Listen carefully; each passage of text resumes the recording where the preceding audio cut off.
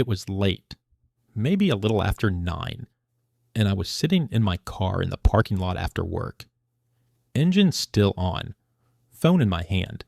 I'd just said yes to something I didn't really want to do, and by said yes, I mean I didn't say anything at all. Someone suggested it. I nodded. That was it. No argument, no objection, no explanation. I remember staring at the steering wheel and feeling this quiet tightness in my chest. Not panic, not regret. Just that low, familiar feeling like I'd misplaced something important and didn't know where to start looking. At the time, it didn't feel like a money thing. It felt social, polite, easier. I told myself I'd deal with it later. That later never showed up. What stayed was the habit and the bill that came with it. I didn't realize for a long time that some of my most expensive money decisions didn't sound like decisions at all. They sounded like silence, like letting plans happen, like not correcting someone when they assumed I was in. I used to think being easygoing meant being low maintenance, adaptable, harmless.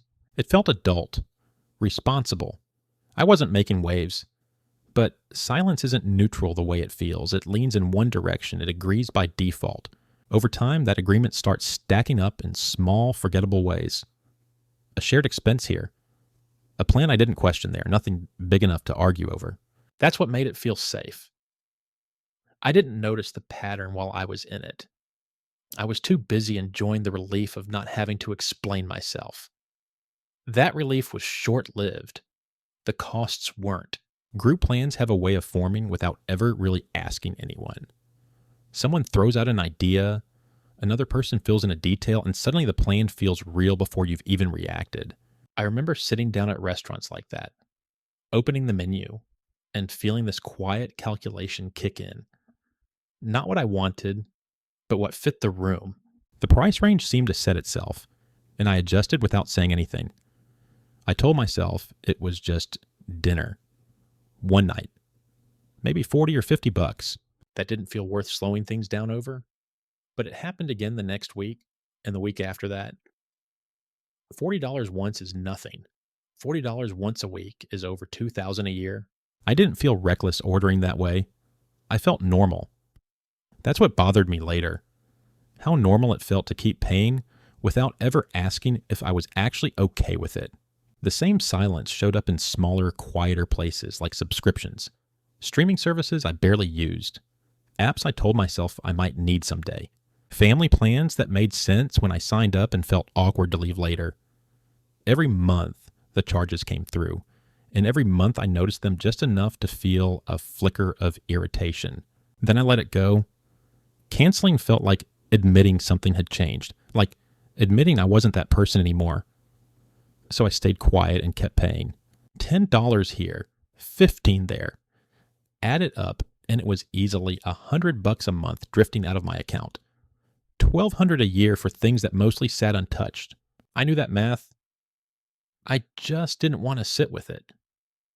Avoiding that discomfort felt easier than dealing with what it said about me. Upgrades were another place where I went quiet. Not big ones. Just the kind that feel too small to argue with yourself about. Faster shipping, a slightly better seat, the nicer option that's only a few dollars more. I'd click yes without thinking, mostly to keep things moving. No pause, no internal conversation, just acceptance. $5 extra didn't feel like a decision. It felt like friction removal, but those little yeses started stacking. 5 here, 8 there, 12 somewhere else. Over a month, it was easy to ignore. Over a year, it was hundreds of dollars spent just to avoid mild inconvenience. What surprised me wasn't the total. It was how invisible the choice felt while I was making it. I didn't feel like I was upgrading my life. I just felt locked into a more expensive version of the same one. Credit cards work really well when you don't push back. I didn't have a dramatic debt story. No maxed out cards. Just a balance that never quite went away.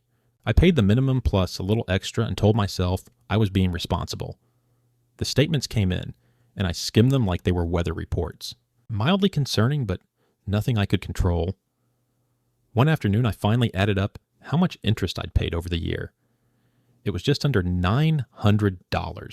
$900 for nothing tangible. No experience, no object, just the cost of letting a balance sit.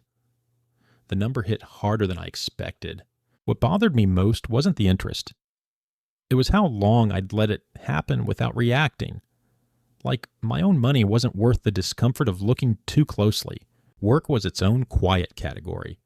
Group lunches, birthday cards, collections for gifts that no one officially assigned but everyone seemed to expect. I'd hear about it, pull out my wallet, and contribute without thinking too hard. $10 here, 20 there. It felt small enough to be harmless, and saying no felt bigger than the money itself. I didn't want to be the guy who made things awkward over a few dollars. Over a year, those little contributions added up to a few $100. Not life-changing, but not nothing either. What stuck with me later was the trade I was making. I was spending money to maintain a version of myself that felt easy to work with, agreeable, low friction. I never asked whether that version was worth the cost. I just paid and moved on, carrying the quiet irritation with me. Some of the silence wasn't social at all, it was internal. I'd open my bank app, glance at the numbers, and close it before any real thoughts could form. Not because things were terrible, because they were uncomfortable. There's a difference. I got good at not following a thought all the way through. I'd notice a balance dip, feel a flicker of concern, then distract myself with something else. It wasn't denial exactly, more like gentle disengagement. I told myself I'd look later when I had more energy. Later became a habit. That habit cost me awareness, and awareness, it turns out, is expensive to lose. The longer I stayed quiet with myself, the harder it felt to reconnect with what was actually happening. Delivery was the easiest place to stay quiet. Long day, low energy, phone already in my hand. I didn't argue with myself. I didn't weigh options. I just ordered. $25 here, $35 there. It felt justified, earned. I told myself it was occasional until I actually checked. 3 or 4 times a week without really noticing.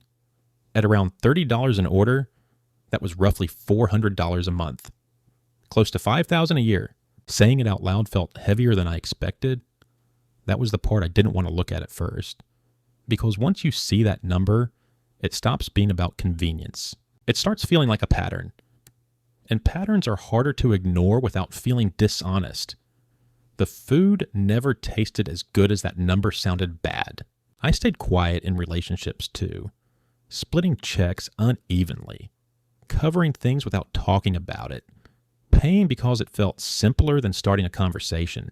I didn't want to seem cheap or like I was keeping score, so I picked up tabs, booked things, said it was fine. And it was fine, until it wasn't. The money wasn't the real issue. It was the unspoken tension that built up alongside it. I'd feel a little tight in my chest every time I paid, and then feel guilty for feeling that way. I told myself I was being generous. What I was really doing was avoiding discomfort. That avoidance didn't make the feeling go away. It just postponed it and let it grow quietly in the background. Routines were another place where I stopped asking questions. Gas station stops on the way home. Coffee out of habit, not desire. The same small purchases made automatically like muscle memory. I didn't pause and think, do I still want this? I just reached for it. $5 here, $8 there. It felt harmless because it was familiar. But familiar things add up fast when they happen every day. One daily coffee at $5 is about $35 a week. Close to $1,500 a year. That number surprised me, even though the math was simple. What bothered me wasn't the coffee. It was how long I'd been doing it without ever checking in with myself. Silence had turned a choice into routine, and routine into something I didn't feel in control of anymore. When prices started creeping up, I stayed quiet then too. Rent increases, new fees, services that cost more without offering anything new. I'd notice the email, sigh a little, and keep going. It felt inevitable. Like arguing wouldn't change anything. An extra $50 a month here, another $20 there. Over a year, that's close to $1,000 gone without a single conversation. I told myself this was just how things worked now. That being an adult meant absorbing increases and moving on. Looking back, I think some of that was exhaustion. I was tired of pushing back in general, so I stopped pushing back at all. Resignation can look a lot like maturity if you don't look too closely. Some of the quietest spending was tied to who I thought I was supposed to be. The gym membership I barely used. The hobby subscription that made sense 2 versions of me ago. I kept paying because canceling felt like admitting I'd changed, like letting go of an identity I wasn't ready to name out loud. So I stayed silent and let the charges hit.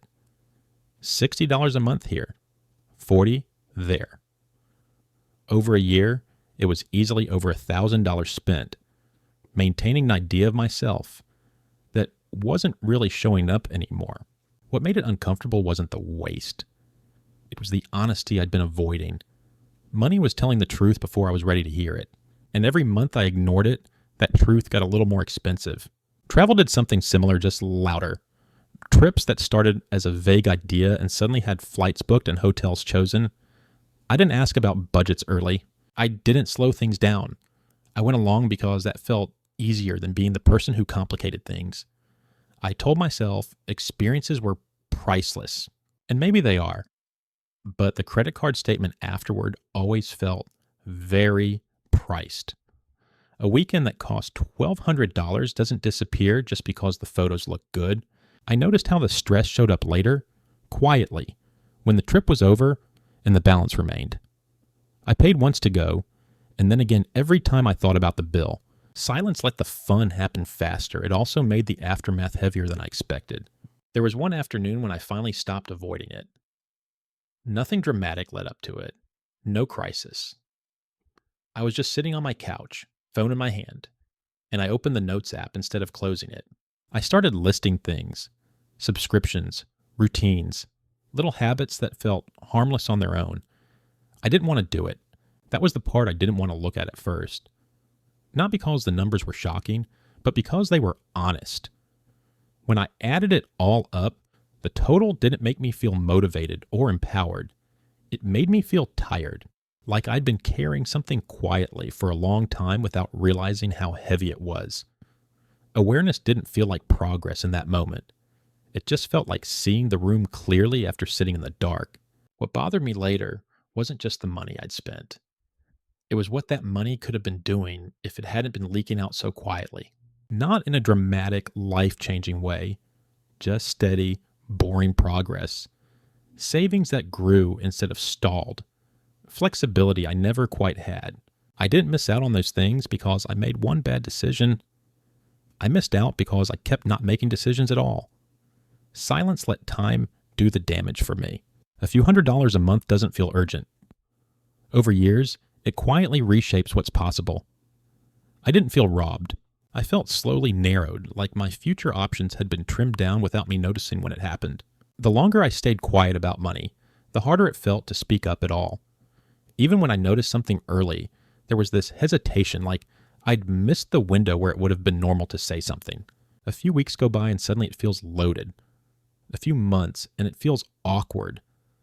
I'd think I should have said something earlier. So now I'll just let it go. That thought showed up more than I'm comfortable admitting. Silence has momentum. It builds on itself. Each time I didn't speak up, it made the next time feel heavier. Not just financially, emotionally too. I wasn't avoiding conflict anymore. I was avoiding my own voice. And that avoidance started to feel familiar in a way I didn't like. Looking back, not all of that silence came from the same place. Some of it was kindness. Some of it was fear. A lot of it was just being tired. Tired of explaining. Tired of negotiating. Tired of feeling like money conversations always carried more weight than they should. Somewhere along the way, I started associating money talk with tension, even when there wasn't any. So I opted out preemptively. I told myself it was easier this way. And maybe it was, moment to moment. But ease has a cost when it becomes the default. The discomfort here isn't regret. It's recognition. Seeing how often I chose quiet, not because it was right, but because it was familiar. Nothing blew up. That's the strange part. There wasn't a single mistake I could point to and say, that's when it went wrong. It was years of small, quiet agreements. Little leaks I didn't patch because they didn't feel urgent. When I finally added it all together, delivery, routines, subscriptions, unspoken costs, it was tens of thousands of dollars over time. Not gone in one dramatic moment, just absorbed. Spread thin enough to be invisible while it was happening. That's what makes it hard to process. There's no villain, no clear turning point, just accumulation. And a kind of sadness that comes with realizing how much can disappear when no one is paying attention, especially you. Some nights now, I still sit in my car before driving home. Same parking lot, same phone glow. I notice the moment before I go quiet, before I nod, before I let something slide. I don't always do anything about it. I'm not pretending I figured it out, but I notice it. And that feels different. I think about how expensive nothing can be when it repeats long enough. How silence doesn't stay empty. It fills up with choices you didn't mean to make. The engine hums. The phone screen dims. And I just sit there for a second longer than I used to, not saying anything yet.